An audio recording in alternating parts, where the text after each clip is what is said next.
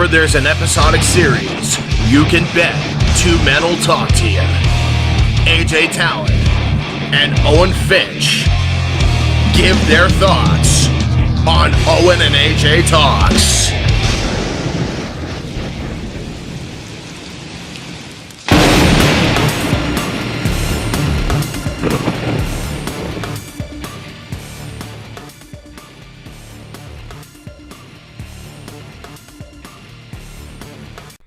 Hey, what's up, everybody? Welcome to Owen and AJ Talks. I'm Owen Finch, and I'm here with AJ Talon, and today it's surprising, not 2025 yet.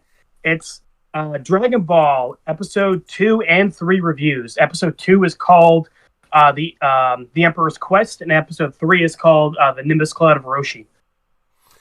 Yeah, I'm excited we're doing Dragon Ball again.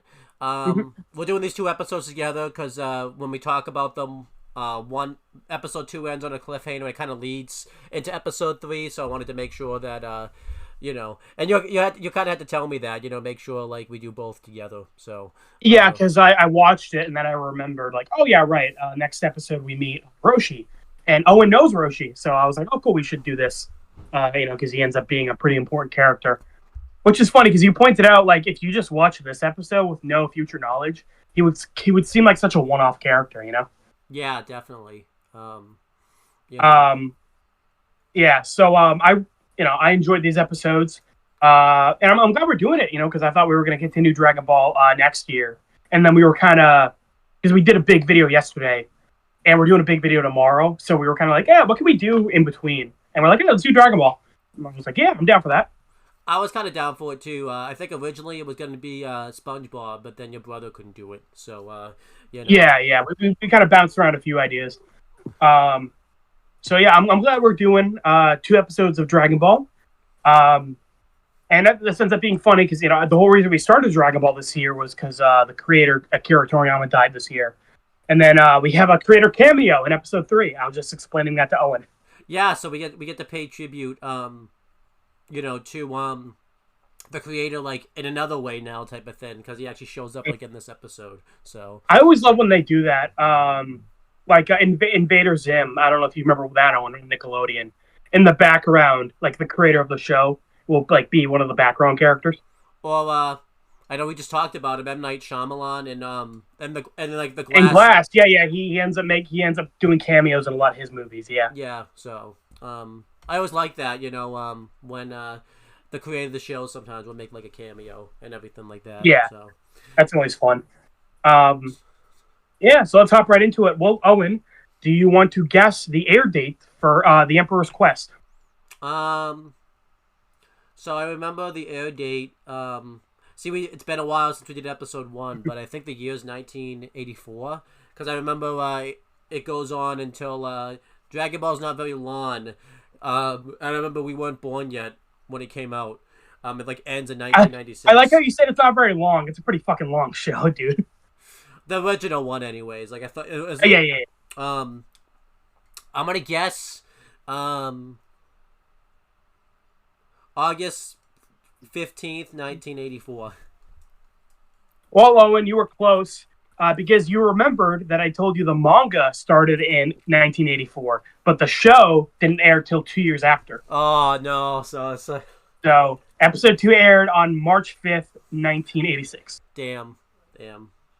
Yeah, and the English version came out 10 years later, and on September 16th, 1995. Oh, okay. That's kind of funny because in the English version, I was just telling Owen I like to go back and forth between the versions just to see what they change. And they snuck in a little like foreshadowing joke because obviously Dragon Ball like had ended by the time they brought it over to America. Mm-hmm. So I'll point that out when we get to it. But yeah, it's kind of interesting that like this episode came out like pretty much when Dragon Ball like was ending and everything like that, like because it's 1995 and then it ended in 1996. So yeah, true. That is really cool. How like it's like as Goku at that point in the show was like in his fucking 40s, and here in the English version he's 11. Yeah. So it is funny how like different how big the gap was. Oh yeah, for sure. Yeah. So it's funny. We kind of complained a little bit in like Yellow Jackets or like Ben 10, like the gaps between episodes will be really weird. Like, the gap between episode 2 and 1 of Ben 10, like it makes it seem like it's been a while, but it could have only been like a few days at most. And I was trying to say, like, it seemed like, a couple of weeks have gone by, but obviously because it's meant to be like over summer vacation, that just can't be the case. So right, the rest of the show couldn't happen. And then Yellow Jackets, we kind of complained. The opposite problem, where there'll be like weeks in between episodes. Yeah. And it's like, we won't see like an immediate payoff to something that happens.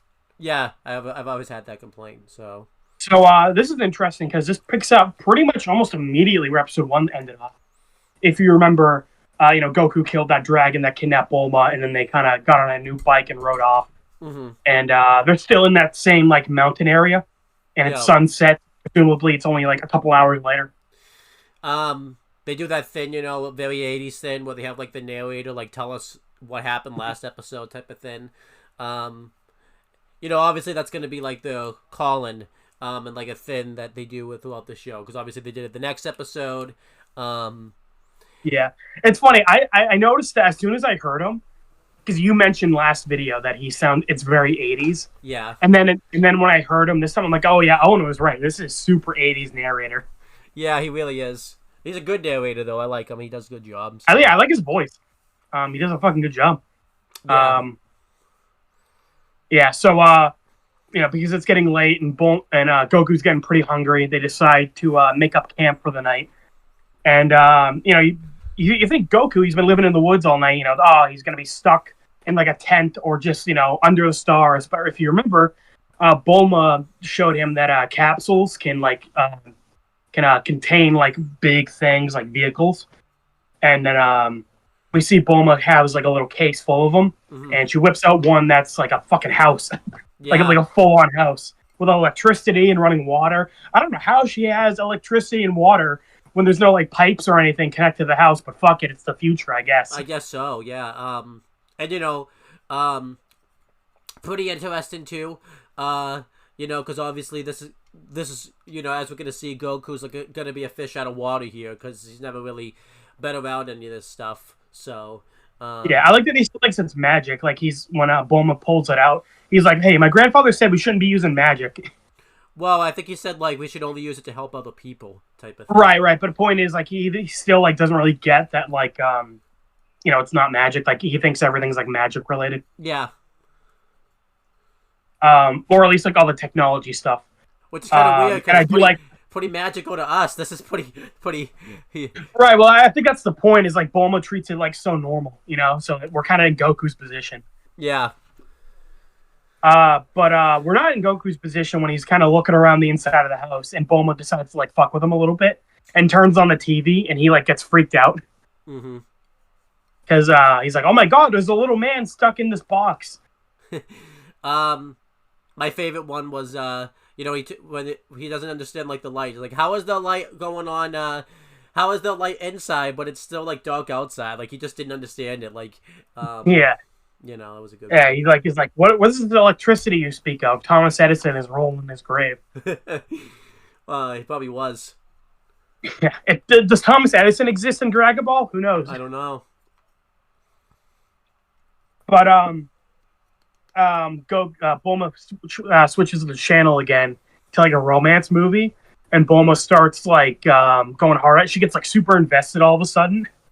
And I like this because remember, the whole reason she's traveling the fucking world looking for the Dragon Balls to make a wish. Any wish she wants in the world.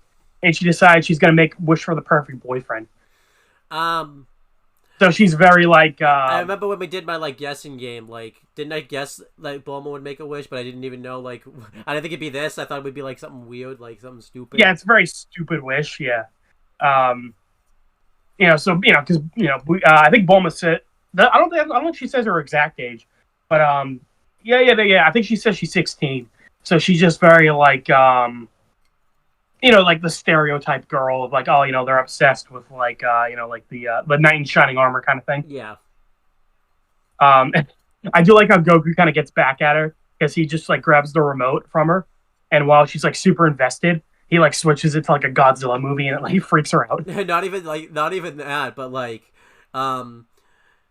the couple in like the film are like about to kiss and everything like that, and that's when like Goku like grabs her remote. He's like, "Hey, what's this?" And then like he doesn't even realize he's doing it too. He just like changes the channel to like a god.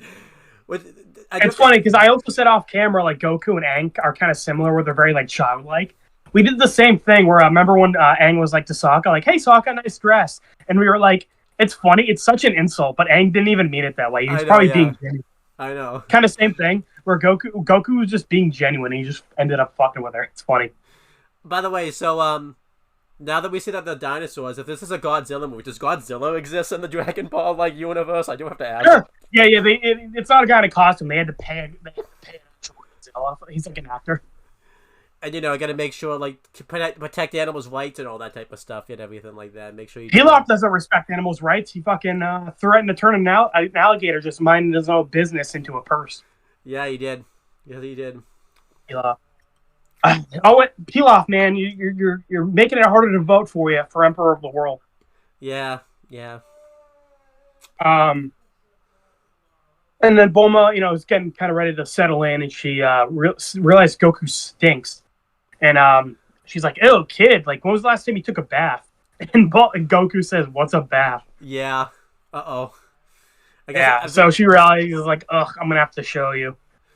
I'm surprised she didn't notice this, like, while they were, like, traveling and everything like that, but whatever. I know, right? It is weird that she didn't notice, like, this whole time that Goku stunk. Yeah. But, I love it, too, because Goku, like, doesn't understand, like, what a bath is, and, like, Bulma's reaction, realizing that she's gonna have to show him what, like, a bath is, and realizing, like, she's gonna have to, like, bathe him, pretty much. Bulma's probably just like, I'm not ready for this life yet. Not yet. I know, right? She's fucking a mom at 16, and Goku's not even young enough to be her kid. I know.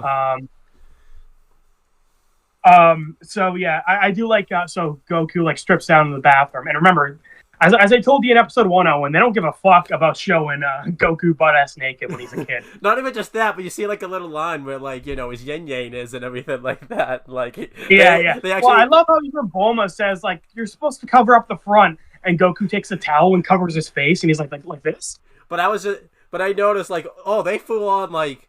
Almost like they do his dick pretty much like they. Oh yeah, no, they just show it. I mean, obviously it's very like, well, they don't put a lot of detail into it, but yeah, no, they just full frontal. But usually, like in a kid show type of thing, they'll typically like not even draw it or like have him standing like in front of something so that way he doesn't show that area. But no, they just were like we're showing it type of thing. We're going all the way. On the wiki, I looked at like the censored version. In the censored version, they fucking drew in like a really shitty stool in front of Goku. That's awesome. But like it's very obviously like they didn't. It's just a shitty censor. But Crunchyroll. Hey, we're watching it uncensored on Crunchyroll. Yes, we are. And Bulma starts, kind of scrubbing Goku's hair. And I like how she says like, no wonder your hair sticks up. It's never been washed. Yeah, because usually that's what happens when you don't wash your hair. So. Yeah, but no, Goku's hair just like is naturally like that. Yeah. And remember last episode when Goku showed Bulma his tail, she just like assumed like he taped it to his clothes. I don't know why she assumed that. That's totally normal to have to have a tail. I know, right? Listen, I saw 5 monkey babies outside my house right now. Don't forget it's dark out though. I'm not going to show you. I would show you, but it's dark out.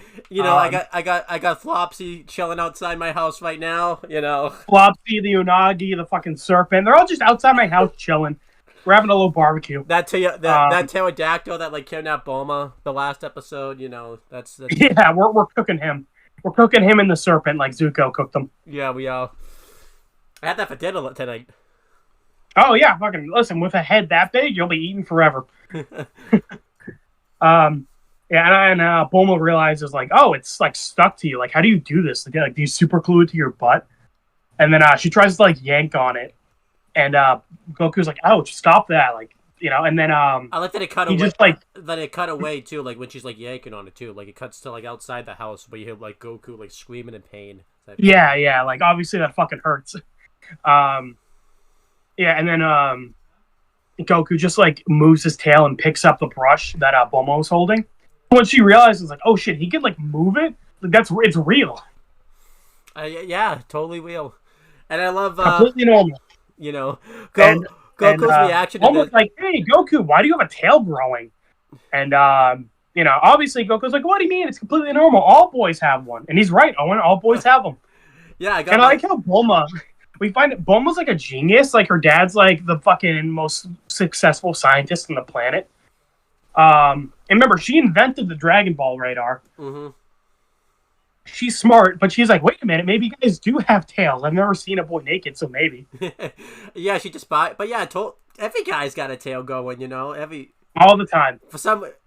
I got like 5. For some reason though, we find out Goku's grandfather didn't have a tail, which is but he's the one that's weird though. He's a freak. Like, come on, where's your tail? I know. I like how Goku even points out like, my grandfather was pretty weird though, so it's not that weird he didn't have a tail.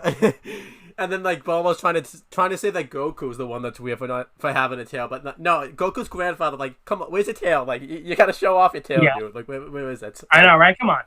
Maybe he did have a tail, and he didn't show Goku. That's why. Yeah, maybe. But Bulma decides like, oh my god, this shit's too stressful. I need to get in the bath and just calm down. Oh, that's awesome. Yeah, she's in the bath, just enjoying the time. Having a nice, relaxing bath, and then she turns to her right, and Goku's just fucking standing there, staring at it, like not even blink. Probably hasn't even like blinked. So I don't. I like to imagine he was just sitting there for like 5 minutes, and Bulma didn't notice. I know. I like they do the joke, where like Bulma thinking she can like just like soak all the troubles away, and right when she says that, she looks right next to her, and like Goku's just like standing right there, like, yeah, those troubles didn't get soaked away. He's still there. Yeah, again, Bulma's like literally like a single mom right now. She just can't get a moment of peace. Yeah. And I like to point out, like I said, differences between like the 2 dubs of the show. In the English version, Goku says like, hey, if you don't have a tail, you're gonna have trouble washing your back. I'll help you. And then Bulma's just like, get the fuck out of here. And just like, ends up throwing bottles at him until he leaves. What's the Japanese version? And the Japanese version, he says like, hey Bulma, how come you have a butt on your chest? Oh, I wish I watched the Japanese version now. Yeah. Well, and then they do a joke, and they end up paying it off later in the show. So it's weird that they cut it out here in the English version. Right. Bulma's like, wait, how old are you, Goku? Anyway. And because he's like, she's like, oh, you're too young for me to explain like what boobs are, and she's like, wait a minute, actually, Goku, how old are you? And Goku says he's 14, and Bulma's like, what the fuck? You're only 2 years younger than me. Get them, but no. And then I'm saying, so this episode makes you think Goku's 14, but then a later episode, Goku learns how to like count properly. Okay. And Goku's 11, but he thought that 14 came after 10. Oh, okay. So, like, when we get to that point later in the show, I was like, oh, I don't know why they cut that out of the English version, because that kind of makes that joke like not like fall flat a little. Yeah. Because they like cut out the setup for it. Yeah, so that's weird. Yeah. It's not like a big deal, but it's weird that they changed that. But yeah, I think it's funny though that like Goku thought that like 14 came like right after 10, like type of thing. That's pretty. Yeah, pretty good. And again, I like it because it shows like again Goku's like just he's not even dumb. He's just like he just has like no education. Right. So I like too that like Goku's like offering to help like to like bathe Bulma, and it makes sense why he would, because Bulma just helped like bathe him, so he's like trying to return the favor, but like Bulma just wants like no part of it type of thing. So yeah. This is awesome. Yeah, a lot of good jokes, and it's funny. This episode isn't that important when you think about it. Like the most important thing doesn't happen until like the last 2 minutes. Mm-hmm. And it's mainly set up for next episode. But I like this episode because it's kind of because Bulma and Goku only just met last episode, so this is kind of just showing more of their like dynamic. They're like back and forth. Bulma's usually like the straight man to their comedy. And, but Goku will also kind of like make fun of her too whenever she does something stupid. Right. I also like this too because you get the sense of like the relationship like back and forth. Mm-hmm. I hope it doesn't overstay its welcome. Like obviously I'll be fine if this is like if they do this for a while, but I hope they kind of stop doing this after a while because it will overstates welcome, but right now I'm if they dedicate like whole episodes like this one, like over and over, it would get old. But because it's only the second episode and they only just met last episode, I think it's a good idea. Because keep in mind, last episode they were explaining the Dragon Balls, and we introduced the Pilaf, and Bulma got kidnapped. So like this is a good kind of just like it's relaxing, like kind of just that relaxing setting. Not relaxing for Bulma. She's like no, Bulma can't get a fucking moment of peace. Even the next morning, she gets fucking woken up to Goku screaming bloody murder. But we'll get to that when we get to it.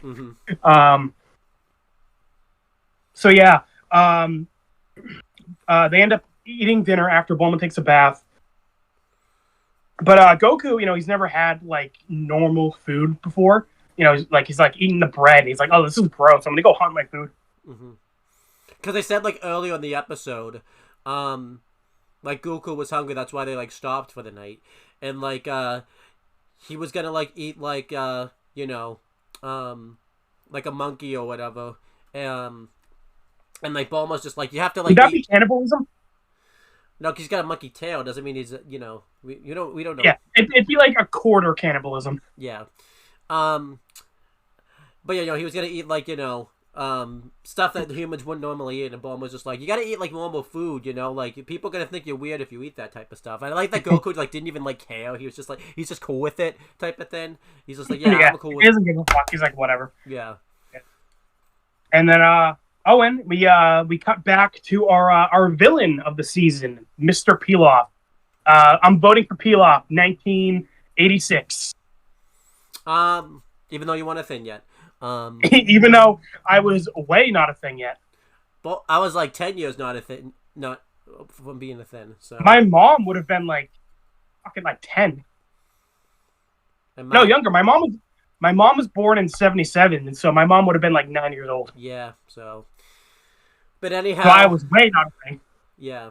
So anyhow, back at. We get to see Pilaf's palace. We didn't really get to see it last time because the only time we saw them was just them like traveling and finding the first Dragon Ball and everything. Like that. They were in that like dungeon, yeah. And he's praising this Dragon Ball. He's also like upset that he like needs more than one Dragon Ball, because apparently he didn't know that. So he's like dealing. Again, I don't know how nobody told him that whole time they were finding the one, and they're like, oh, by the way, we got like 6 more to do. I do like, by the way, we find out here like he's an emperor, so he is like somewhat of like a ruler. He just doesn't rule the world, but he's like an emperor type of thing. Yeah.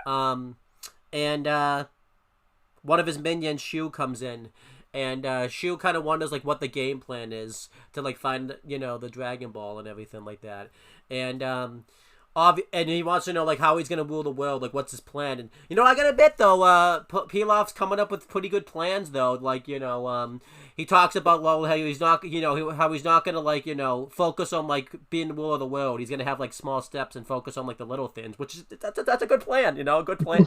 Good coming up. Yeah, give Pilaf again. I'd vote for him. Yeah.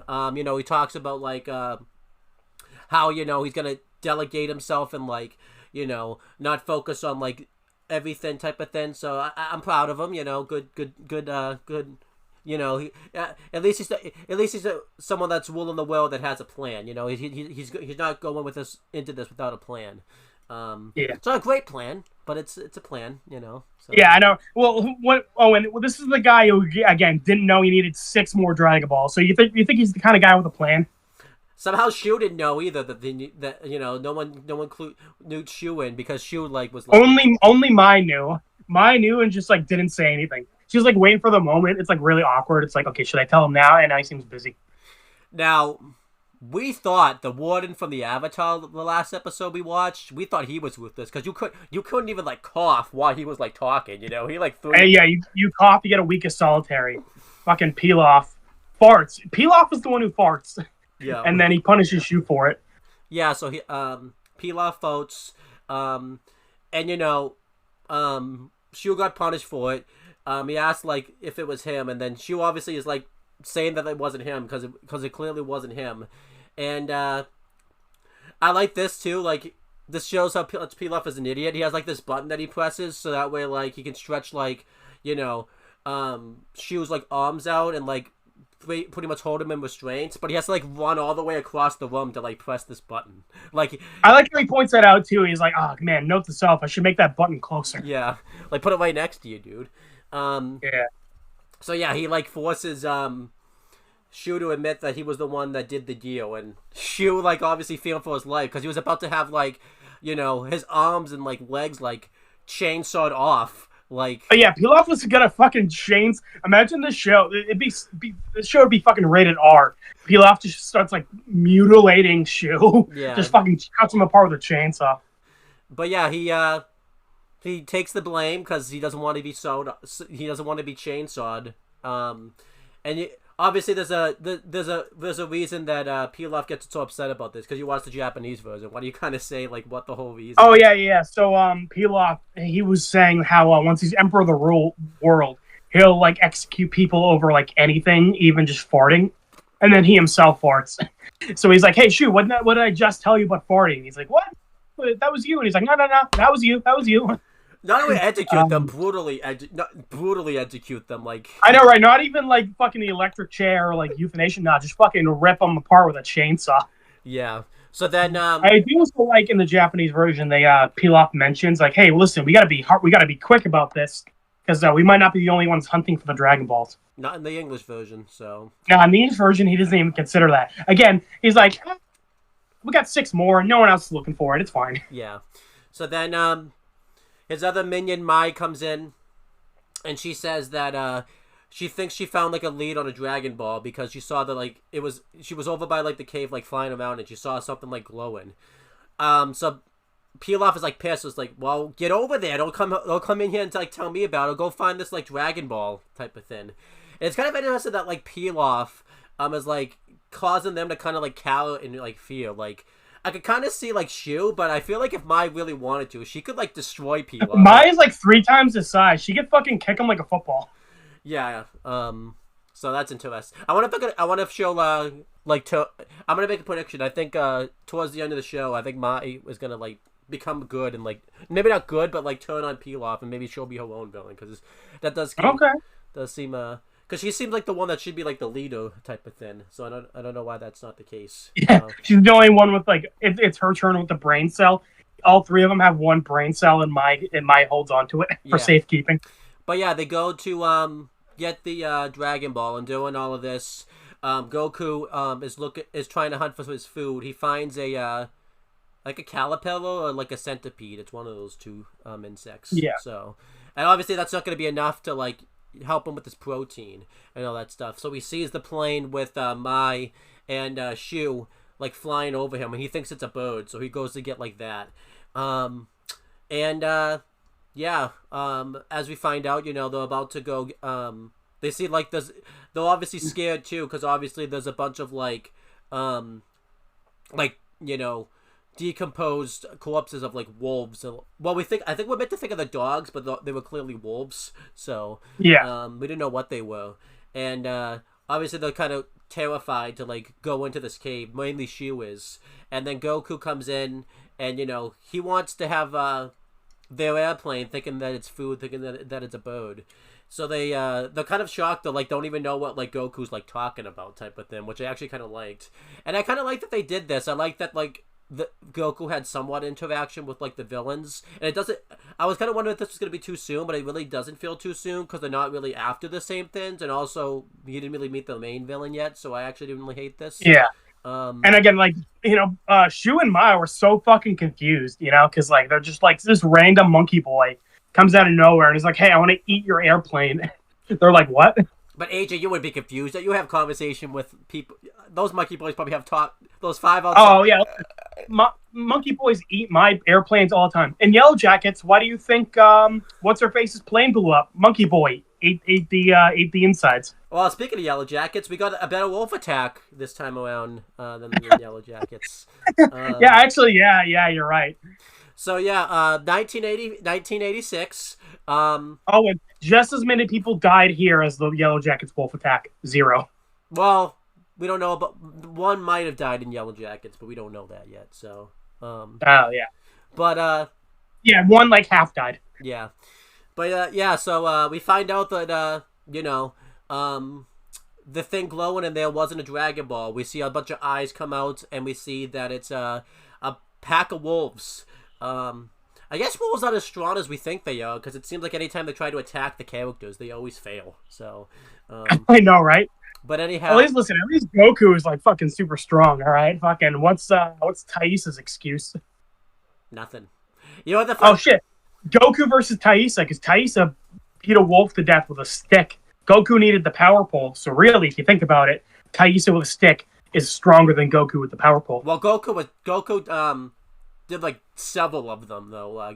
Thaisa only did like one. So yeah, but she did it like so easily. Listen, all those wolves that were surrounding Misty and the others disappeared. What happened? Thaisa, moving at super speed, killed the other wolves before anyone could even see it. That could be very well be the case. But yeah, so these wolves surround Goku and Goku, Shu, and Mai. Shu and Mai just take off, obviously, because they don't want to deal with the wolves' attack. And Goku just... They're smart. They're like, we don't have plot armor. We got to get out of here. Yeah. But Goku, really strong, uses his staff to destroy them, pretty much. He pretty much beats them up all by himself. I like that there was one point where he's about to, go after the plane, and like a bunch of wolves just pounce onto him, and I think he uses like his staff and like lifts them up and like just throws them, which was pretty cool. Yeah. And then eventually, he destroys the plane, and the plane he finds out that it's not a bird. I don't know what he thought it was by that point, but he knew it wasn't food. So yeah, he just takes a bite out of it. He's got fucking like metal in his teeth. Yeah. And then Goku just kind of like goes back to the wolves and like, okay, we're just gonna eat. Well, I'll just eat this. And he brings the. And he does. I love how when he comes back, yeah, he's like, "Hey, Bulma, I got dinner," and he just has like a wolf's tied to his staff. Yeah, totally normal behavior, to eat for people to eat that. I eat wolves all the time. Oh yeah, I eat wolves all the time. But yeah, what'd you think of this? The interaction with the villains and Goku, and then obviously what happens with the wolf attack and everything like that. I like it. Like you said, nice to see kind of Goku like interacting with the villains earlier. Then like we didn't have to wait like all season for like him to interact with Pilaf and the gang. Mm-hmm. Well, like you said, he hasn't met Pilaf yet, but he met Mai and Shu. And I like the wolf attack because this is a really first time seeing Goku like fight. Because last episode with the pterodactyl, Goku kind of just like launched himself in the air and then he hit it with the power pole. Mm-hmm. So this is our kind of first time seeing Goku like throwing chops and punches and kicks and all that fun stuff. Yeah, it was fun. Even next episode when Goku fights that bear, we kind of get to see him like how good of a martial artist he is. Yeah. So, I think I took your thunder and like I think you were supposed to talk about when you went back and cooked the wolf, but whatever. I kind of had to talk about. Yeah, it's a pretty small scene, but yeah, I do like how it just shows Goku like, hey, he has it like roasting over a fire, and Bulma was like, ew, I can't believe you're gonna eat that like from inside the house. Mm-hmm. And then it like pans up and you just hear Goku fucking making noises. And it cuts back and it's like devour. Like the whole thing is gone. Goku ate the entire thing. Yeah, you would think like it would take him like, a couple of days, but no, he ate the entire thing. So no, Goku just ate that shit up for breakfast. Well, dinner, I guess. Well, I wonder what's he gonna have for breakfast then. So oh yeah, we can only wonder. So they're getting ready for bed pretty much. Goku's had an eventful day. Keep in mind, this is all like the same day as episode 1. Mm-hmm. So this has kind of been an eventful day for Goku. He meets the first person besides his grandfather. He kills the pterodactyl. He rides on a motorcycle. He lives in a house, takes a bath for the first time, and he kills a bunch of wolves. There you go. There you go. One hell of a day. But I like how Goku's like bouncing on the bed, and he's like, "Oh my god, this is so fluffy," because he doesn't even know what a bed is. Yeah, so that's it. Well, I thought he was sleeping on the bed or was he just sleep? What was he sleeping on? I think he was sleeping on the floor. Okay. And then he says like he would often like nap on his grandfather, like he would use his grandfather as a pillow. Yeah. which is kind of cute, because obviously Gohan's been dead for a couple years now, so that's kind of cute that like younger Goku would just take naps on his grandfather. Yeah, definitely. Yeah. Again, I like it because Owen already knows Goku ends up naming his first son after Gohan. Yeah. Just I like seeing how much. Well, it's funny because in Avatar too, Aang ends up naming his first son Boomy. So it's like seeing how much these people mean to the main character. Sure, definitely. Yeah. Yeah, and then Bulma says nope, you're sleeping on the floor. It's I'm not having a boy sleep in my bed. And Goku's like, why? And Bulma gets embarrassed again. I'm not explaining that to you. You think Bulma would learn by now? I guess. Goku doesn't know shit about shit. I guess not. Yeah. And then Bulma, she's in the bathroom brushing her teeth, and she's talking to Goku, hey, Goku, how come you lived with your grandfather anyway? What happened to your parents? I like this. Yeah, we got to find out a little bit of background about Goku, and they asked about his parents. So. Yeah, I do like that Bulma brought that up. Because I think it's a legit question to ask. And Goku just pretty much says I don't know, my grandfather just found me abandoned in the mountains, and he picked me up and took me home. So then is he actually his grandfather then? If he said he's found, yeah, I didn't think so. So okay, I thought you knew that. Yeah, Gohan just adopted him. Yeah, that's right. That's what I said. That's what I was thinking when he said that. So yeah. But it is interesting to call him his grandfather, though. You think he would call him his father, type of thing. So I think. Yeah, well, Gohan was already pretty old when he found Goku. Yeah, that's fair. So he was just I'm an old guy. Call me grandfather, not dad. Yeah. And then I like how Bulma says I forget again. I watched both versions, and in either one, she said, dogs. Sometimes dogs get their tails cut off at birth. You should try that, Goku. Yeah. And then Goku says, "Oh, you shouldn't let them do that to you, Bulma." Because he still thinks it's normal for people to have tails. It is. Yeah, of course, it's completely normal. And then Bulma gets pissed at him and screams "Hey, idiot! I never had a tail!" And then Goku just lights out immediately. Mm-hmm. She said, I like the way they animate Bulma anytime she gets really angry at him too. She grows fangs and her head grows 3 times as big. I think I said it Fairly Odd Parents would do that joke a lot. Whenever Wanda would get pissed off, her head would grow fucking huge and it would get red. Yeah. Exaggerate the proportions. And like I said, the English version came out 10 years later. So they threw in this little joke, as foreshadowing. Bulma says, "I don't know what planet this kid's from, but it's not Earth." So yeah, that's interesting. Because obviously we find out about that. So yeah, because in the Japanese version, I think she just says "Hey, could you not fall asleep when people are talking to you," or something, something like that. Yeah. But I do in the other version, she says instead of saying dogs get their tails cut off when they're born, she says maybe your parents dumped you because you were born with a tail, which is pretty fucking brutal. Be maybe your parents abandoned you because you're a fucking freak of nature, you little shit. Oh, I know, yeah, just which is funny because obviously Owen doesn't know much about Goku's parents, but they also had tails, so they wouldn't have abandoned them for that reason. Maybe his tail wasn't as good as their tail. They thought their tail. I know, right? They're oh, this kid's tail sucks. Fucking dump him on Earth. Who gives a shit about him? They'll think they'll like his tail much better. Goku. Everyone else had tiger tails, and this kid's ugh, monkey tail, gross. Get out of here. Tiger tails are where it's at.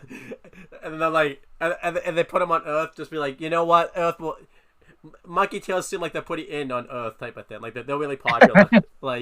Yeah. Again, like you said, you got 5 people outside right now with monkey tails just hanging out. So yeah, and I like this conversation. Like we said, I think it makes sense for Bulma to ask that. And it's the only bit of info we're gonna find out about Goku's parents in a long ass time.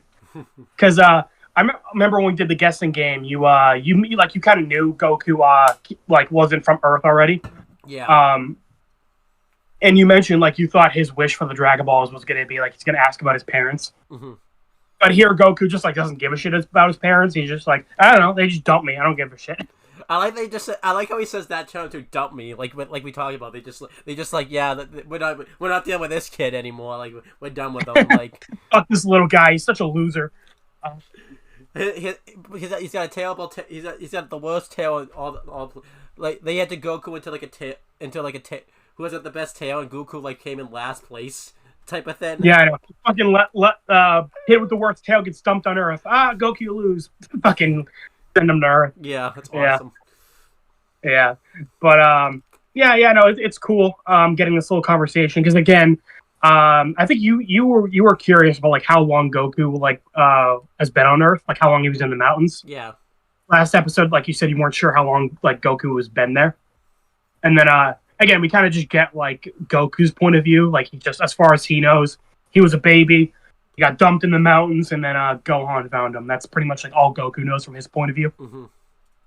Because obviously he was a baby, so like he doesn't fucking know the context, you know. Yeah, exactly. Which I think makes it, when we do find out more about Goku and like where he's from, that makes it really cool, you know. It's kind of like a mystery. We have to like wait to find out. We have to wait for a while though, a long while. So. Yeah, we're gonna have to wait a while. Yeah, so fucking keep this in the back of your mind, Owen. We're gonna get to that point when we're fucking like 40. Well, I'll be 40. You'll still be pretty young. So, but like we were saying, we'll get to the end of Avatar at like when you're 40, and we'll get to like Dragon Ball Z when we're fucking like 40. Well, when you're 40, so. Yeah, even later. So they go to bed, and the next morning, the next day, and as a SpongeBob narrator would say, Goku wakes up earlier than Bulma, and he's like, "Hey, look, see, Bulma, there's still room for me on this bed." And he sits down, and he says, it's funny because we already know Goku just like to take little naps on his grandfather's lap. It's very cute, very innocent. Yeah, this was not. Bulma, this is not cute and innocent. Yeah. Well, I mean, from Goku's point of view, it is, but it ends up not being. Goku rests his head on Bulma's lap, and he's like, that's weird. It feels like there's nothing there. And I like how he fucking slaps it, too. Yeah. Like, he's like, wait, imagine Bulma did have balls, and he just fucking slapped her, Yeah, that could have... Like, that's too hurt. I'm amazed Bulma didn't wake up from that. I can't believe she didn't, yeah. She must have been really... Goku must have really tired her out the day before. So. Again, Goku's got superhuman strength. So imagine he just like did that and fucking broke her legs. Yeah, and she just slept through it the whole time. Yeah. She wakes up and it's like, why do I need a wheelchair now? Goku, being really confused, takes off her underwear, and he's like, "That's weird. It feels like there's nothing there." And then we pan outside, and he just fucking screams bloody murder, and that wakes Bulma up, and then Goku says, "It's your balls, Bulma. They're gone." And Bulma thinks, "Oh my god, no! Someone took the Dragon Balls," and she like immediately jumps out of bed to like check for the Dragon Balls. And she's like, "Oh no, the Dragon Balls are here, Goku. You must have just had a bad dream." And Goku was still just like standing there, like stunned. And we should go back and watch this because obviously this joke comes back in like episode like 3 to see like if we could see like if you could see this on the second rewatch, if she the fact that she doesn't have her underwear on the next episode. So. Yeah, and I was telling this to Owen. Like I kind of forgot about this, because it's been so long since I've seen it. But I feel like shows like Family Guy or SpongeBob, like they would kind of like, once the joke happens, like that's it. Like they don't continue it like further than that, which is fine, because like those are mainly episodic. But I remember like one time in Family Guy, they did a joke where Peter just fucking blasted his brains out, and the next scene he's like walking and he's perfectly fine. Yeah. Like obviously, like it's it was just for the gag. But I was thinking like, oh, this is like a one-off joke. But I like how they continue it into next episode that Goku took off Bulma's underwear, and they end up bringing that joke back. Yeah, and it came back in a terrible way for Bulma. So. For Bulma. Well, it was great for me because I was telling Owen, I loved this joke as a kid. This fucking made me bust out laughing. And it's still funny for me now. But that's next episode. Owen, do you want to talk about the end of the episode? So yeah, the next day, Bulma's offering Goku to have some coffee and things like that, and Goku doesn't want that because he doesn't like coffee. He doesn't like how it makes him feel, which might be a good idea for Bulma's case because I can't relate. Yeah, so Goku just says, "I'm just gonna go out and like train," and he goes out and this is totally a normal training regimen. He grabs like a big boulder and just crushes it into like a million pieces. I do that every day. Totally normal. Yeah. Again, lifting some dumbbells, running on the treadmill, just fucking lifting up giant boulders and crushing them, fucking bear hugging them. And then he goes to do it with what we think is another boulder, but it's not the case. I also like this, because we saw him doing a similar thing last episode with the wood. Like he kicked it and chopped it into a bunch of pieces. Yeah. So again, kind of like the wolves last night. We're continuing to see like this is kind of how Goku was living his life before Bulma showed up. Mm-hmm. So he's about to crush another boulder, but it's not a boulder; it's a tortoise. Yeah. And imagine Goku didn't notice in time. He just walks back into the house, and Bulma's like, "Oh my god, Goku, why are you fucking covered in blood?" Yeah. Yeah. So the tortoise starts like speaking. And Goku like kind of gets a little freaked out, like kind of apologizes. He almost just like crushed him, type of thing.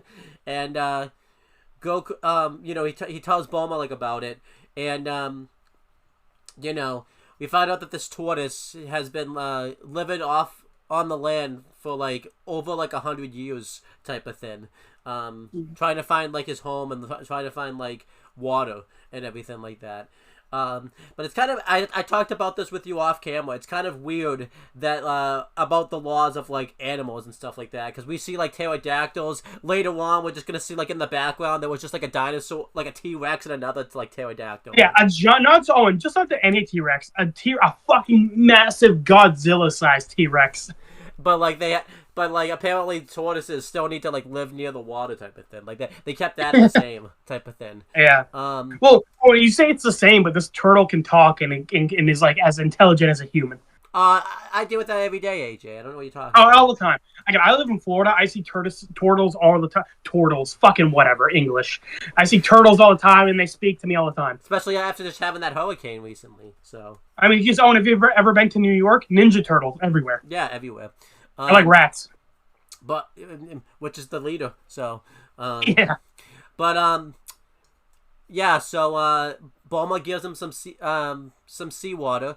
And I think this is pretty funny. He's like rating Bulma's like seawater, like talking about how like good it is, type of thing. Like, it might be like an 86 type of thing, might be an 87. Like that's pretty awesome. Yeah. Giving them like a nice little letter grade. Yeah. I was gonna say he's rating this episode like maybe like an 86. And then like Bulma, kind of, wants it, like looks up on the map, and sees that there's water like still pretty far away. So I think she says like 100 miles, like pretty fucking far. Yeah. And Goku and Bulma's like wishing like I wish there was something we could do to help you. And Goku comes up with the idea like, well, why don't I just carry you to the water? And Bulma gets upset because obviously Goku's kind of like doing like a side quest to kind of like keep them from like the main mission is to find all the Dragon Balls. And I like that you call it a side quest because that's kind of how it's laid out. And I like how Bulma says she says, "Oh, I wish we could help," and then when Goku offers the help, she's like, "No, I was just saying that, Goku. I don't actually want to help him." Yeah, right in front of him too, I know, right? But then well, he gets back at her next episode when Roshi is like, "Hey, did this girl help you too?" And he was like, "Nah, just a kid." Yeah. So then Goku's like, "Okay, I'll take the turtle." And then Goku goes to the water, and Bulma says like, "Fine, go. I don't need you anyways." And then we see like on the side, we see like the big T-Rex and the pterodactyl. Obviously, Bulma's fearing for her life, realizing that she doesn't want to get like taken by a dinosaur again. Right, because remember the whole point of Bulma taking Goku was that he's like her bodyguard basically. So she gets on like her motorcycle and follows Goku and says like, I'm gonna help you too, because I figured it was the right thing to do. Kind of play it off like she didn't really need Goku, she just decided to like do it, type of thing. So yeah. But I like how Goku's got like a spine, like he calls her out like, I bet you got scared, and she's like, shut up. Yeah.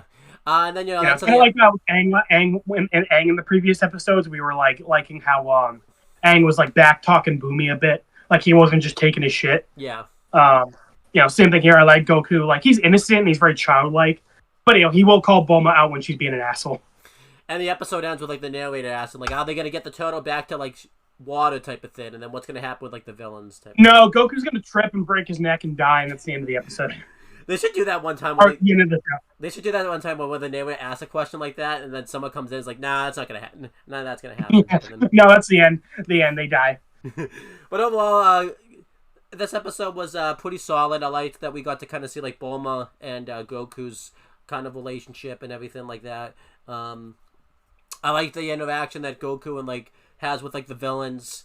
Pilaf is just not a good guy, not a good leader. He's not winning my votes so far. It's funny because last episode we were like, hey, what are his policies? How does he feel? I mean, he might be a good leader. An episode we're like, okay, maybe he might not be the best, but we'll see. We'll see. I think you can turn it around.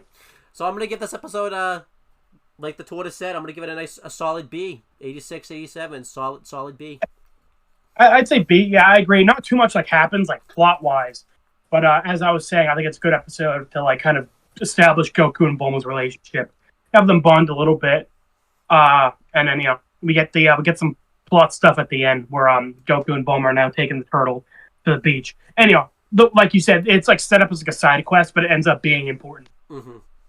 So I like that. It's kind of like them like kind of doing the right thing, the moral thing. And ends up with them being rewarded with what they want. Mm-hmm. I like that. So yeah, continuing to the next episode. I'll remember to set a timer this time because I forgot to do that. Yeah, we spent 50 minutes talking about this one. That's not too bad. So yeah. So Owen, do you want to guess when the Nimbus Cloud of Roshi aired? I'm probably gonna get this. So 1996. We're in March. I think you said the last one was March 4th, so this would be March 11th, 1996. No, not 1996. I meant 1986. So. Oof, Owen, you were one day off. March 12th, 1986. Oh, they did the whole they didn't wait. So they didn't wait a week. They did a week and one day type of thing. Yeah. So. Remember, didn't that happen with Avatar? Like, I think so. Yeah. You said they like fucking took a week off, and I was like, damn it! If they didn't take that week off, I would have gotten it right. I think they did that. They did to you what they did to me. They knew I was going to get March 11th, so they decided to just wait one more day to, It's even worse because, in your case, because you weren't even born yet. You weren't born for another 10 years. They're like, all right, listen, there's this guy named Owen. We gotta take one day off. Yeah. To fucking fuck him over. 40 years from now. There's gonna be like this digital world called like YouTube where they're gonna make this video about like the internet wasn't even a thing yet. Imagine like the person explaining this, like, okay, so there's this thing called the internet, right? People upload videos of them talking about random shit, and there's this guy, right? He's gonna be talking about this episode. He's gonna guess the date. We gotta delay it by one day to fuck him over. Yeah. And the other guy's like, what do we get out of this? And he's like, it'd be funny. He's like, all right, I'm in. Yeah. So this the Nimbus Cloud of Roshi. I feel like if you write a show, you're gonna totally do that to like me. I'll guess the episode air date, and you're gonna release it like one day. And I'll be like, okay, guys, we gotta delay it by one day to fuck him over. Or take a week off. And you're like, boss, it's airing in an hour. I don't give a shit. Delay it. pull it, Howie. Yeah, hurry, pull it. It's like in Better Call Saul when they were like making the commercial, and it was due in like 20 minutes. Mm-hmm. Yeah. Looking forward to that next year. Better Call Saul. Check it out. Anyway, sorry for the shameless plug. But continuing with the Nimbus Cloud of Roshi. So I love this episode. This introduces one of my favorite characters in Dragon Ball, Master Roshi. It introduces a big tool for Goku, because Goku, of course, has the power pole. The staff that can extend. He got from his grandfather, and then Goku ends up getting his sick ride, the Nimbus Cloud. And by the way, both are references to the Journey to the West novel, like I said, from the the old ass book from the fucking 1500s. Remember Sun Wukong, the Monkey King that Goku's based on? He had a staff that could grow, and he had a cloud he could surf on. So yeah, this is a nice. Although in that story, you didn't have to be pure of heart to ride it. You could just ride it. So I guess they wanted to change it a little bit, which I'm okay with. So. Yeah, well, that was a cool twist. I like that they add like that condition here that you had to be pure of heart, because as we see, like not many people can do that. But yeah, I guess I'm talking first. So this episode picks right up. The narrator is very nice to tell us, like last episode. They mentioned like Goku's gonna get this tortoise. It'd be funny. Yeah, he's a really nice guy. The voice. He volunteers at the animal shelter. He feeds the homeless, and he tells us what happened last time on Dragon Ball. Yeah, very nice of him. It'd be funny if he got it wrong, like he didn't even mention. He says last time on Avatar, and Goku's like, "Hey, wait a minute, that's not even a thing yet." I noticed he left out though that Goku took Bulma's underwear off. He didn't. I was gonna say, imagine the narrator warned Bulma, like, "Hey, Bulma, heads up. You should probably check what's under your pants." Yeah. Or your dress, I guess. But yeah, so... Bulma's still, like, in her pajamas, I want to point out. Yeah. So, because remember, she was, like, getting ready, and then Goku found the turtle, and then they took off.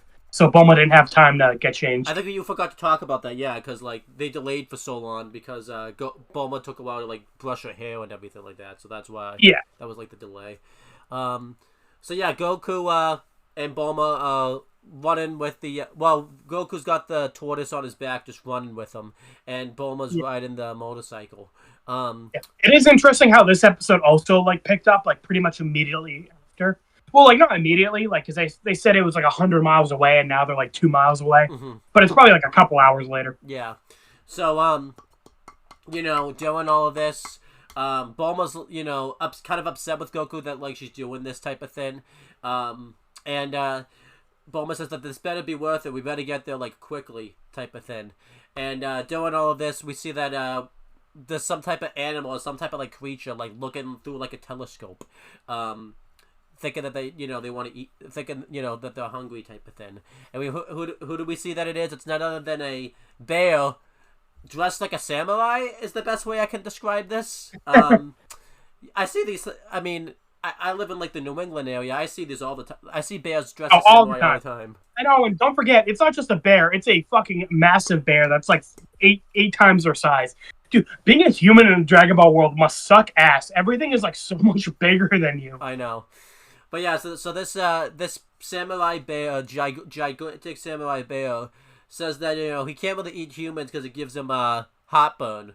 So he's gonna go for the tortoise, and obviously the bear is asking for the tortoise, but Goku doesn't want to give it to him. But Bulma, obviously fearing for her life, is like, Goku, just give him, like, the tortoise.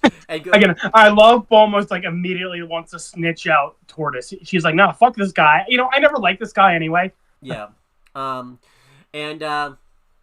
Goku even says, like, he's his friend, and Bulma's just like, dude, you barely know this guy. Like, you just met him, like, 2 hours ago, type of thing. So, yeah.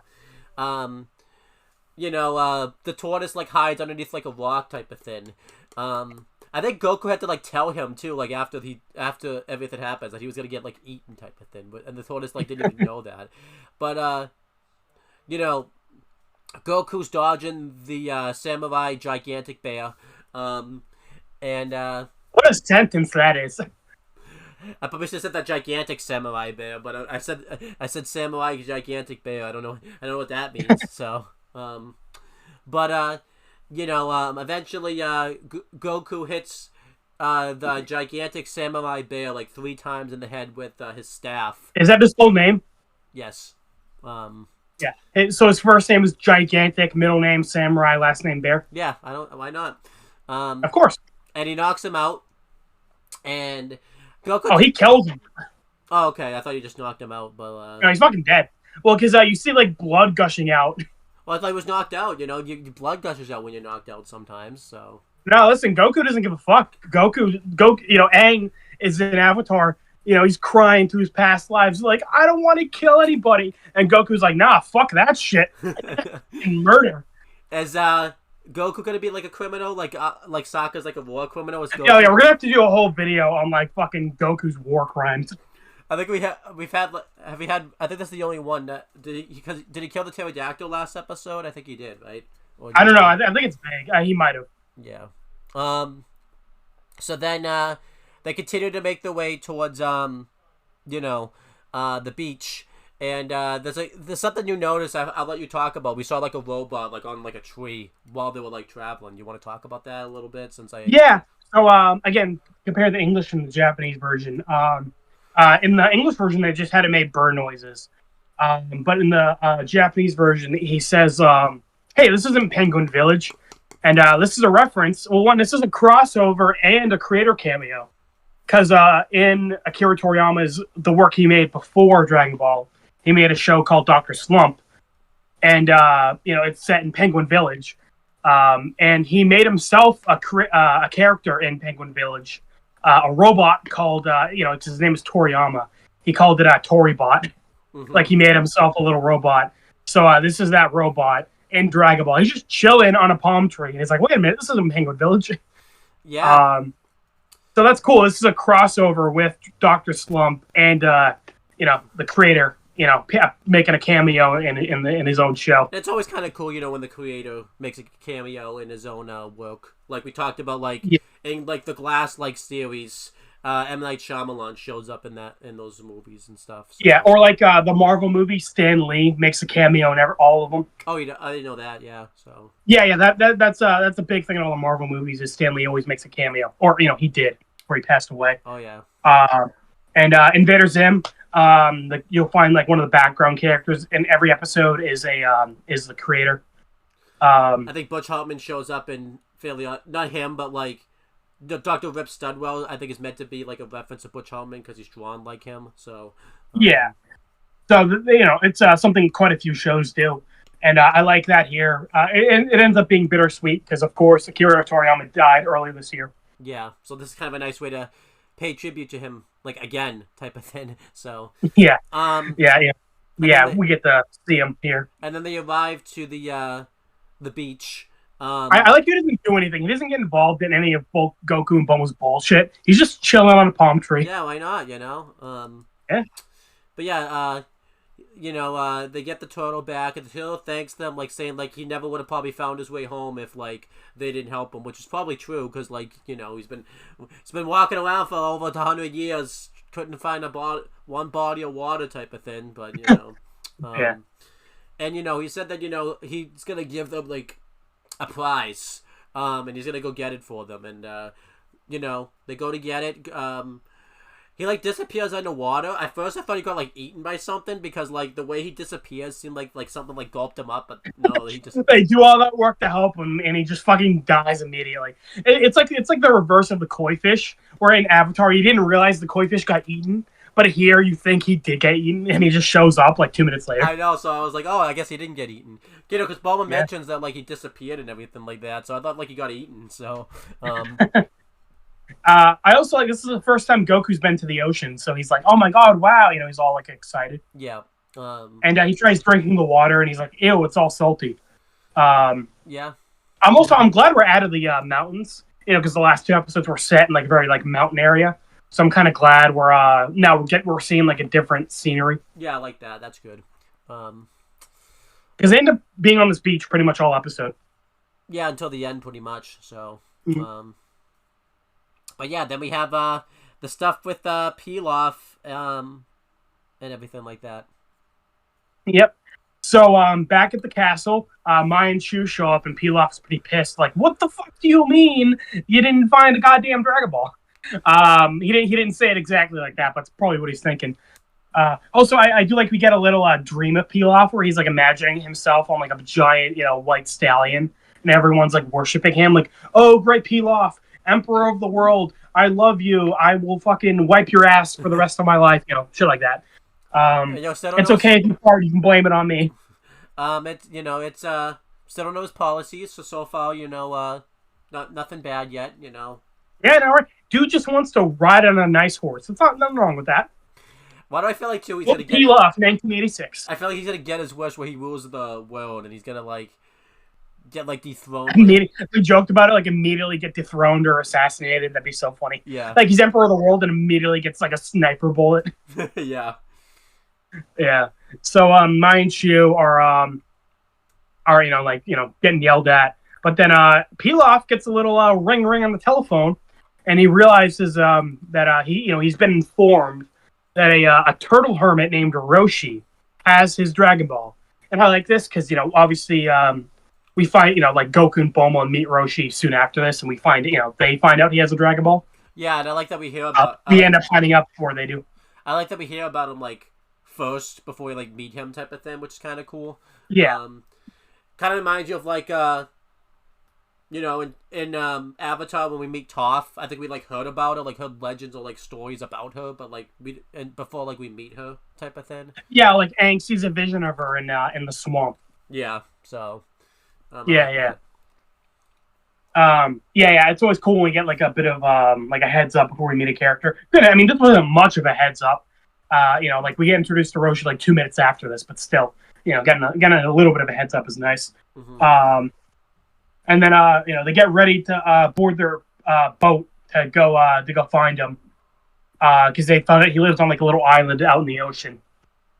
And Mai and Shu are coming onto the boat, but Pilaf is joining them, and they're like confused, like, "Hey, Pilaf, you're coming too?" And he's just like, "Yeah, you two are idiots. I gotta fucking come with you to make sure you don't screw it up again." Mm-hmm.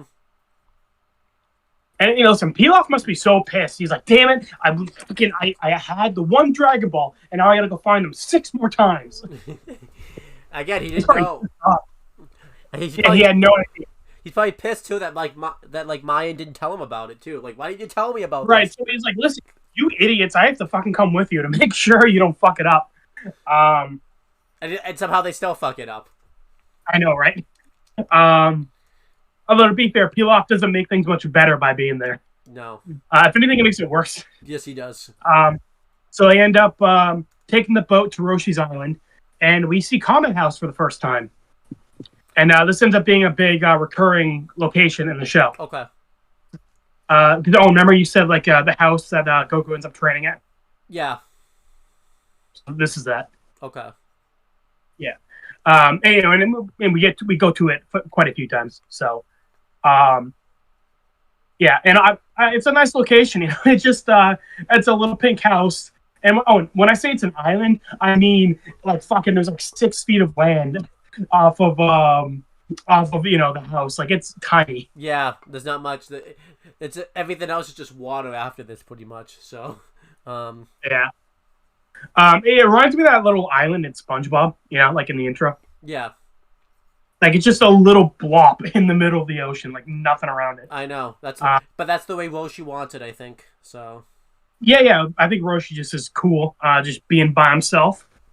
And the turtle ends up living with him. So Roshi must have been psyched. He was just by himself, just vibing.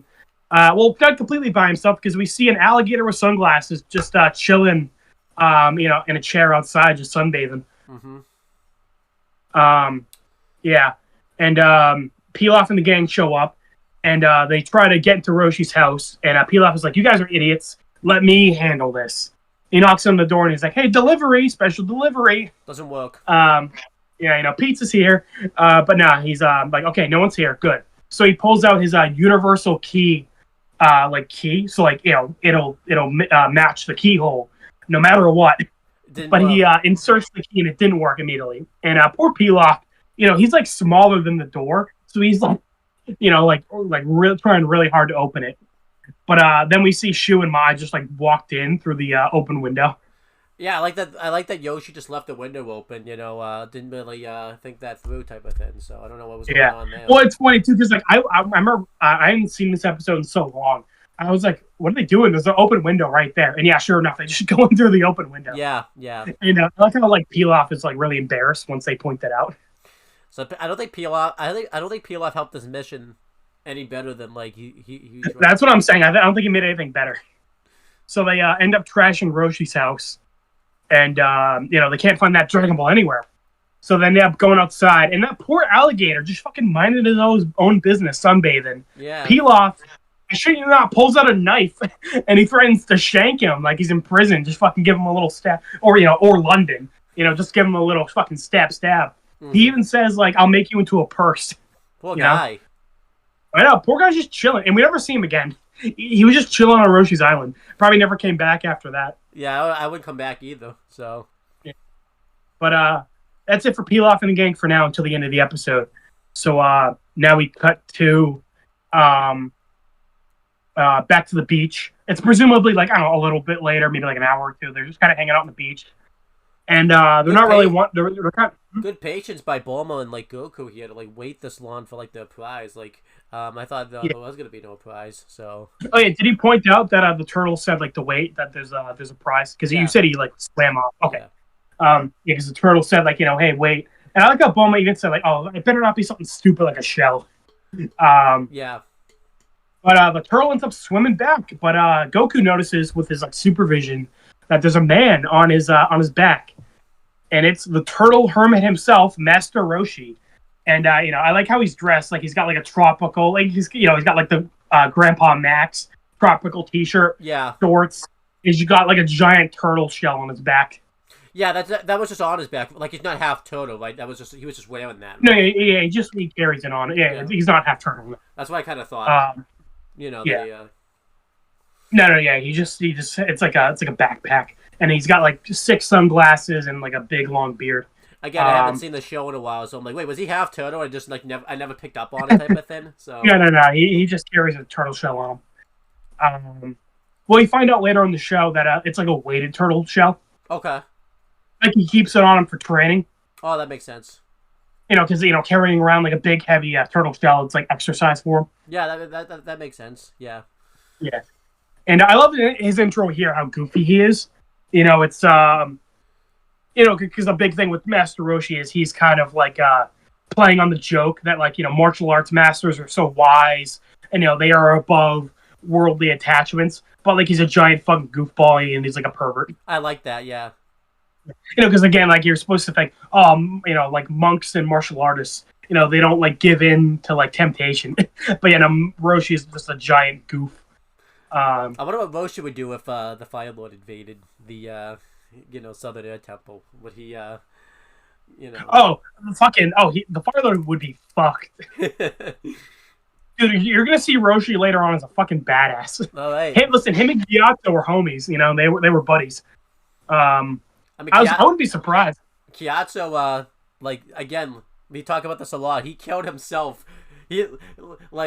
I like to think Gyatso actually believed in his beliefs that not to kill anybody. But once he saw that he was gonna die, he's like, okay, if I'm gonna die, I'm putting you guys all down with me. Yeah, literally, he's just like, fuck everyone in this room, including myself. Nobody kills me but me. I like to think the Fire Lord. I think we said this in the review. I like to think the Fire Nation didn't even kill Gyatso. He killed himself type of thing. Yeah, exactly. Again, his balls were too heavy, so he just laid there and died. Yeah. Oh god, Gyatso, fucking the man. But yeah, Roshi arrives on Turtle's back, and he thanks Goku and Bulma for reuniting him with his best friend. Because like you said, the turtle has been lost for a long time. I don't know how the turtle just got lost. I don't know how that happened, but he just did. I don't know. Was Roshi looking for him too? I didn't seem like he was too into it. I know Roshi was just chilling in his house, and when Turtle showed up, he's like, "Oh fuck this guy." I like to think Roshi. I like to think the alligator was a replacement pet for the turtle type of thing. Yeah, that's why we never see the alligator again. Now the turtle's back, he's like, all right, alligator, get the fuck out of here. I like to think too, Roshi was just chilling at home, and then the turtle came back, what the hell you been for 200 years? He's just I got lost. He's like, oh, well, I'm glad you got found type of thing. So yeah, it fucking took you long enough. Roshi was just doing it to test the turtle type of thing. It was just a test to see if he could come back. Yeah, and you make it back. You just dumped him in the middle of the land. It's like, all right, see if you can make it back home. Well, they did the whole the Death Note thing, where that Shinigami didn't realize his Death Note was missing for 6 years. Yeah, Roshi's like, huh? I just realized I haven't seen Turtle for years. That's really weird. Do you ever see this Turtle again? By the way. Yeah, he's him and Roshi are hanging out for the rest of the show. Oh, okay, good. Yeah, that'd be funny if they did this. You got lost and we just never saw the turtle again. That would... I know, right? Yeah, we never see him again. Yeah, no, he ends up being a recurring character.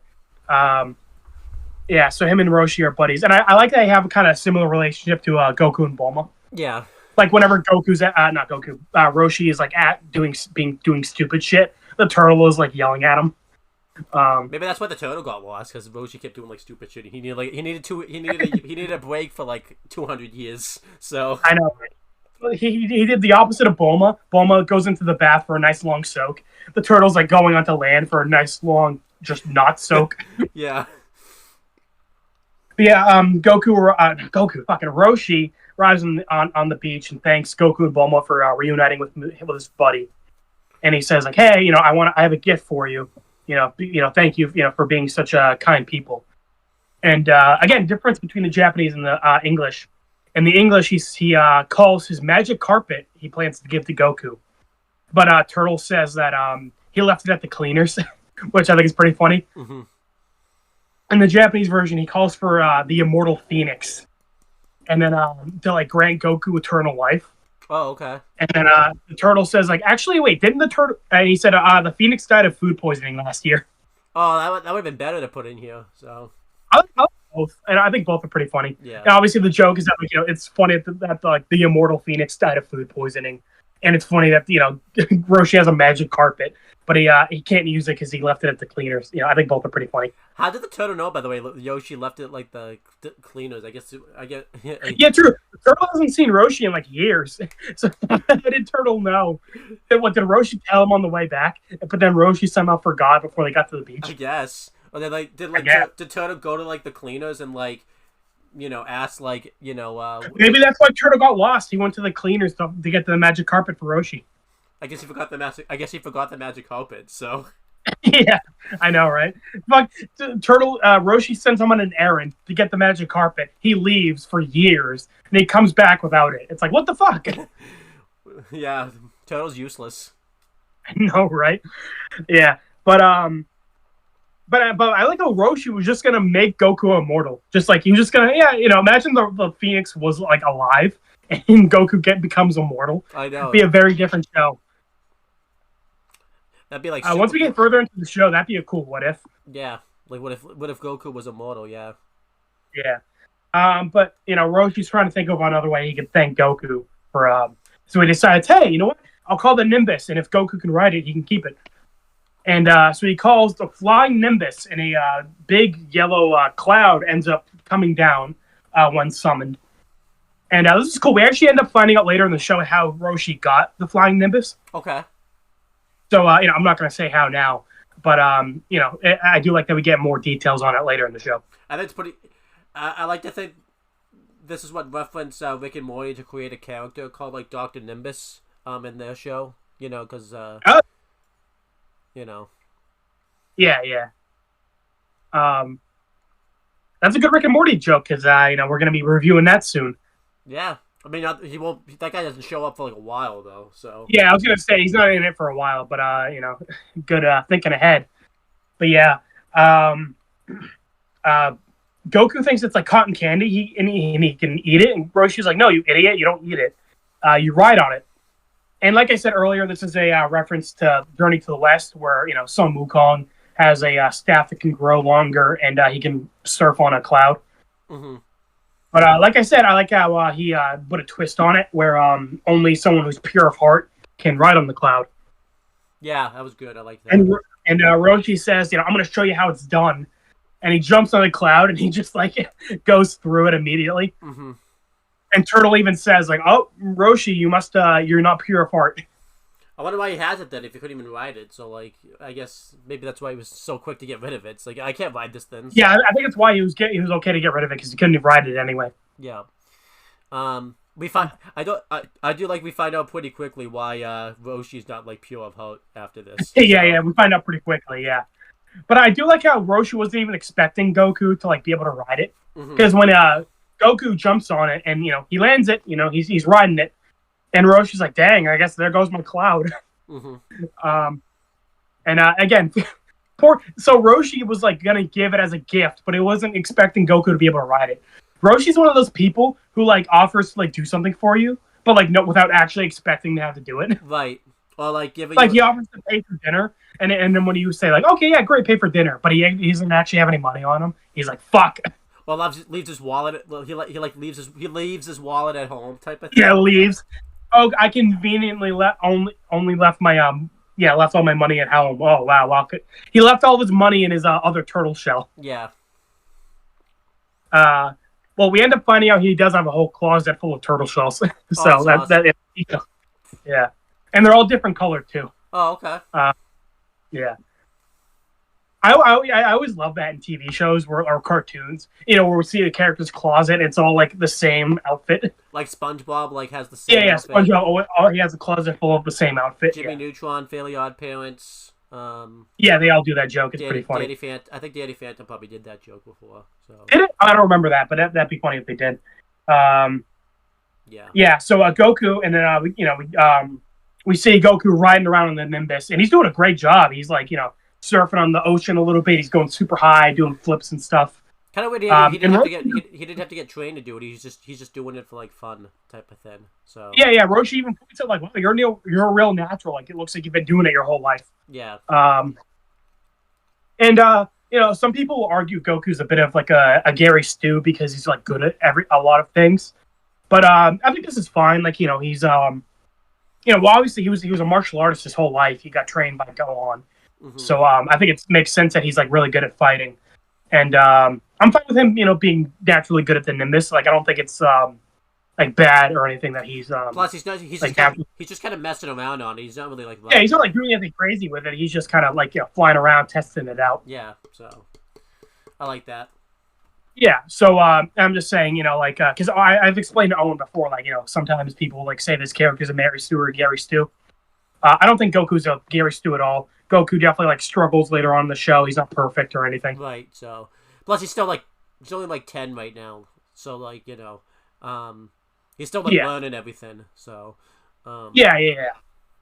But then I think this is where my turn to talk. So then Bulma like wants to have a prize, because she's also helped the turtle, and like the turtle's even like no, like only the kid offered to help me. Like you weren't even gonna help me. So Turtle sucks. Fuck you, Turtle. But then Bulma even points out like, hey, I gave you like seawater type of thing, and I like to Master Roshi's like, I gotta side with her on this one type of thing. Like he even sides with her,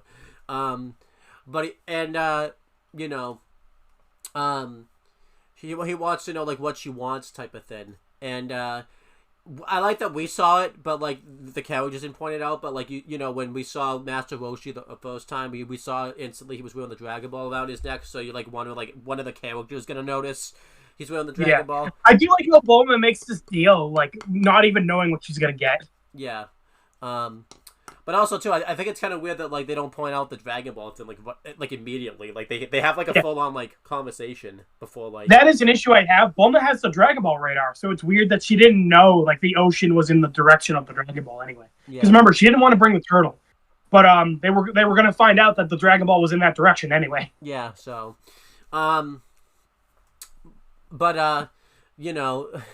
Roshi makes like a deal to basically show for Bulma to show Master Roshi what's going on underneath, and he'll give her the Dragon Ball pretty much. And, well, they make this deal not even knowing about the Dragon Ball yet. Yeah. Like as far as Bulma and Roshi know, they don't even know what Roshi's gonna give her. Yeah. So like Bulma reluctantly does it. And you see that Bulma's still not wearing anything underneath. She got no underwear. And I didn't think this was weird. Like, does she not know this? Well, she doesn't. Apparently, we'll find out later that that was the case. So then... I also like how dramatic it is when Roshi says that. Like, you see, like, the wave, like, crashing in the background, and, like, the wind is blowing dramatically. He's, like, bleeding out of his nose type of thing, so... Oh, yeah, and then the turtle gets, like, all fucking big-eyed, too. Like, the turtle view of it, too. I bet, what they want, is she wants the Dragon Ball. She notices the Dragon Ball. And I remember you said this in the guessing game, like Master Roshi doesn't even know about the Dragon Ball. Some you left out, he had a Dragon Ball all along. He didn't even know what it was for. He didn't even know what it was for. He just said he found it like on his island type of thing, washed up. Yeah. Because he gets told like he could like make wishes and everything like that, and Yeah, I like how because when they start talking about it, and Roshi's like, "Wait, that thing grants wishes," and then he's like, "Wait, well, hold on, I didn't agree to give it to you." Yeah, but she keeps like flashing him. And again, she just thinks she's showing him her underwear, which is embarrassing, but not nearly as embarrassing as it actually is. Yeah. So this, Master Roshi just can't handle this anymore. So like he finally gives her like the Dragon Ball, not because he's got so much excitement, and this is why we find out that like Master Roshi isn't pure, because we find out that he's a pervert pretty much. They say I think they say that in the show too. Actually, like he's a pervert pretty much. So yeah. I would say, Owen, do you want to say that that story that like I was the one who explained to you what a pervert is because of Roshi? Yeah, that's how I found out what a pervert was because of Master Roshi. So yeah, we were watching the show when I was a kid, and keep in mind you were like 16, and I was like 12 or like even younger. And then I said to you like, oh yeah, this guy's a pervert. That's like the joke, and you were like, what's a pervert? And I was like, oh, someone who gets like excited over like like nude stuff. Yeah. And you were like, oh. And you're probably thinking like, wow, 12 years old, I explained to a 16-year-old what that is, type of thing, like, because you probably really didn't even know what it was either. So like, yeah, that's the thing. I think I just like knew because I said it in the show. I didn't even like fully understand it myself. Yeah, but yeah. And by the way, one of my favorite jokes in the show, I think I said it before. This shit made me fucking crack up when I was like 10. And as Owen found out, Owen didn't know he watched these episodes.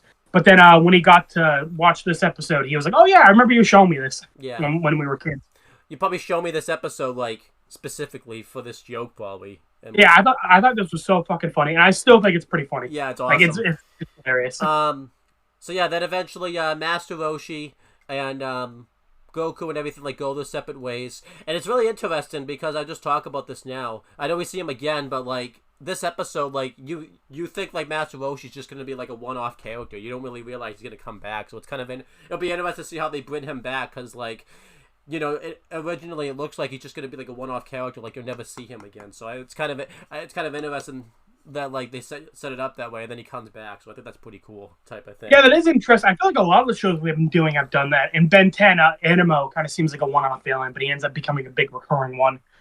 And Danny Phantom, Skulker, and Technus kind of seem like one-off villains who end up becoming recurring. Yeah. Avatar? We're not there yet, but Jet, Jet kind of seems like a one-off villain type of thing, but then he comes back. And he ends up becoming recurring. Yes, and then Dragon Ball, of course. Yeah, like you said, Roshi seems kind of just like a one-off. Yeah. Not villain, but one-off character, but he ends up being pretty important. Because Owen already knows Roshi ends up being Goku's teacher later. Yeah. And in SpongeBob, like Plankton seems like a one-off villain with his introductory episode, but then he comes back like several times. Yeah. So, and it's gonna be fun because Owen doesn't know like when Roshi comes back or like how, so that'll be fun when we get to it. Mm-hmm. So it'll be interesting. But then I'll just talk. So you just talk about like the rest of the episode pretty much, because it's pretty much it. I think on my end, they kind of go their separate ways. So. Yeah, they go their separate ways. Goku and Bulma return to their camp because remember Bulma didn't turn the house back into like a little capsule, but they end up going back into the house, and Bulma's all excited. I thought it was really cute when she was like jumping up and down back at the beach when she got the Dragon Ball. She was all happy about it. Mm-hmm. It reminds me that because Bulma a lot of times acts like an adult, but she is like still a kid. Yeah. Or she's like a young adult. But she runs up back into the house, and then she just screams. I just realized Dragon Ball does that joke a lot, where they'll like have a character like scream off camera. Yeah, definitely. But yeah, Goku runs into the house, being like, "Hey, Bulma, what's wrong?" And Bulma's in her hands is holding the underwear she was wearing, and she's like, "Oh God, I'm scared to look." Mm-hmm. But then she like feels under her dress and realizes, or her nightgown, and realizes she has nothing underneath. And she realizes, like, oh no, Roshi saw a bit more than he should have back at the beach. Yeah, and I like that she didn't like genuinely, because she never like looks down or anything like that, so that makes sense that like she didn't know. So yeah, and again, I like that they continued this joke because like it wasn't just like a one-off. Mm-hmm. Like when she woke up, she didn't realize her underwear was off. Yeah, so and then poor Goku should have kept his mouth shut. He's just like, oh yeah, that's where I left him this morning. And Bulma's like, what do you mean? Where you left them this morning? And he's like, yeah, when I took them off when we were sleeping. I know. But... And Goku just says Goku's so, like super innocent and doesn't even like think about what he's saying. Yeah. So. And Bulma keep in mind, Bulma knows Goku's bulletproof, so she decides, fuck it, loads up her machine gun and just starts riddling Goku with bullets. Which is awesome. That's totally a normal reaction you would have to someone who can't feel bullets. So. Oh yeah, just like, hey, listen, this won't kill you, but it will fucking hurt a lot. Yeah. So yeah, I like that they carried that joke over type of thing. Kind of shows, you know, that it's not just gonna be a one-note joke. But you know, the biggest thing out of this, I think, before you kind of talk about the stuff with Pilaf is kind of interesting. We're 3 episodes in, and our main characters already have like 4 Dragon Balls. They only have to get like 3 more. Like typically, you know, I would think they would wait a while for them to get this far, but you know. Yeah. Season 1 of Dragon Ball is like super quick paced. Yeah. Which is funny because we were just saying episode 2, not much happens. But yeah, they already have 4 Dragon Balls, and we already know Pilaf has 1. Yeah. So we already know, but we're 5 of them are. We're only like 2 that we don't know about yet. What's interesting too is typically it's the reverse. You would think it would be the heroes struggling to get the Dragon Balls, and the villains can get them like pretty easily. But it's actually the opposite. I actually kind of like that. Like the villains are the ones that are struggling to get the Dragon Balls. I guess it kind of shows. Oh yeah, well we see in this episode the villains are fucking dumbasses. Yeah, but I guess it kind of shows like because Goku did this side quest, that's what caused him to get the Dragon Balls. Like if you help people out, good things will happen in return. So I kind of like that message right there. So yeah, they got rewarded for like going out of their way to do a good thing. Yeah, I like that. Yeah. It was a good message, like you said. Because, you know, surprisingly, with all the fucking weird shit in this show, it wasn't aimed at young boys, keep in mind. I mean, you know. Just fucking censoring was way different in the 80s, I guess. Yeah. So. Yeah. But back on Roshi's Island, you know, Pilaf, again, was in the middle of getting ready to shank a poor alligator. But Roshi is coming back to the island on Turtle. And Roshi's like, hello? Can I help you? And then Pilaf demands to know where the Dragon Ball is. And poor Pilaf had no idea. Listen, he's like threatening Roshi. Roshi could have like killed Pilaf in like a second. He probably could have, yeah. Oh, absolutely. Listen, Roshi's like one of the strongest people on the planet. So, Pilaf would have been fucking vaporized if Roshi wanted to. Oh, okay. Roshi's like insanely strong. Yeah, so Roshi says like, you know, I like how Roshi doesn't even consider these guys like a threat, you know? Yeah. He just kind of wants them to leave. Like they're like, "Where's the Dragon Ball?" And he's like, "Oh, I just gave it to these people I met at the beach." But I like I like that the villains are learning about the heroes now, type of thing. So that's good. Yeah, because like you said, they met Goku last episode, but they don't really know Goku's looking for the Dragon Balls. They just met him, and he wanted to eat their plane. And now they know that like some girl is looking for the Dragon Balls as well. Mm-hmm. So they hop on their plane. You know, they want to go find that girl who they want to go find Bulma. And I like how they're like, you know, they're beached. They're like, hey, old man, can you like push us? And he's just like, listen, if we'll get you off my island, sure. But then Roshi like tries to like hit the plane off of his island with a stick, but he ends up creating a hole in the plane. Yeah, he does. And Roshi, being such a nice guy, just kind of laughs, and then he pushes them off, and he's like, "Goodbye, have fun at the bottom of the sea." That's what Roshi. And Pilaf is like, "Thank you." Like Pilaf didn't realize what he meant. Yeah. And then we see Pilaf and the gang just sink. And eventually they just died there. They could have. We don't know. Yeah, they could have. I haven't seen the rest of the show yet. Yeah, so. You haven't seen the next episode. Yeah, you know, they set Pilaf up as like the villain of the season. He just fucking dies in episode 3. Yeah. So. Yeah, like you said, it is interesting how the villains are like the underdogs here. They only got 1 Dragon Ball, and they're just being fucking morons. Whereas Bulma and Goku already have 4. It's interesting too. We're not even like rooting for them either. They're like bad underdogs. It's like, yeah, we're not even rooting for them. They're like they're underdogs, except we don't even want them to win. Yeah, you're right. That's funny. Yeah, so I'm just sitting around. So yeah, I love this episode. It's again not like much action happens this episode, but it's just a fun episode. Like you said, I think it was a good moral of they like go out of their way to help the turtle, and ends up they end up getting rewarded with the Dragon Ball. Yeah. Goku gets the Nimbus Cloud, which is really cool. I love the Nimbus Cloud. Really funny joke with Bulma and Roshi. We get introduced to Roshi, and you know, even if you haven't seen future episodes, he's just like a funny character. Yeah. Knowing future episodes, I love Roshi. I'm happy to see him get introduced. Yeah, they introduced him pretty cool. And yeah, I like this. You know, I'm gonna get this episode a B+. We beat a lot of important things happen. So it's funny. It's kind of like Ben 10, where Grandpa Max has more to him than meets the eye. Like same thing with Roshi. Yeah. Like there's more to him than you know his first episode would make you think.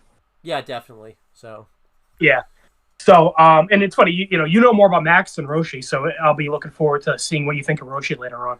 Yeah, because I've only seen Roshi like here and then the walk episode. So yeah. But yeah, B+. I like this one. I'm looking forward to future episodes, and I think this is a fun one. But yeah, that's it for Dragon Ball episodes 1 and 3. Episode 1 and 3. Episodes 2 and 3. Yeah, looking forward to watching more of these. I don't know if we'll do another one this year or not. Obviously, it's going to depend on if we can get a short video in. I'm quite glad this episode doesn't end on a cliffhanger, because now, like, you know, we don't, since we're not going to do one for a while, I don't feel compelled to watch the next one. So yeah, and next episode is next episode we get introduced to another main character, but like it's more self-contained. Like it doesn't really end on the cliffhanger. Yeah, so I like this. But that's pretty much it, guys. Thank you guys for watching this video. Just subscribe. You know, I said this all in the last video, so just go watch the last video, the Avatar review, the very end, and you'll see all the stuff we have coming up. So that's pretty much it, guys. Yeah. We'll talk to you guys later.